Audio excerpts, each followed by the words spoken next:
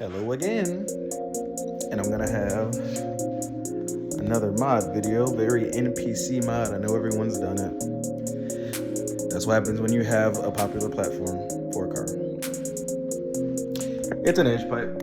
It's here from Steeda. Almost 300 bucks, but I still gotta pay to install it. So, gonna do the usual NPC video and show you guys a cold start.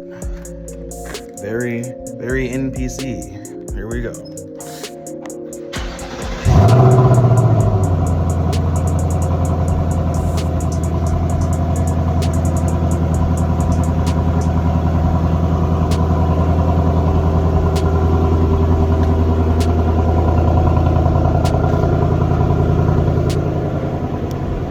Very normal. Still sounds good even without the H pipe. But we're doing an H pipe. So stay tuned.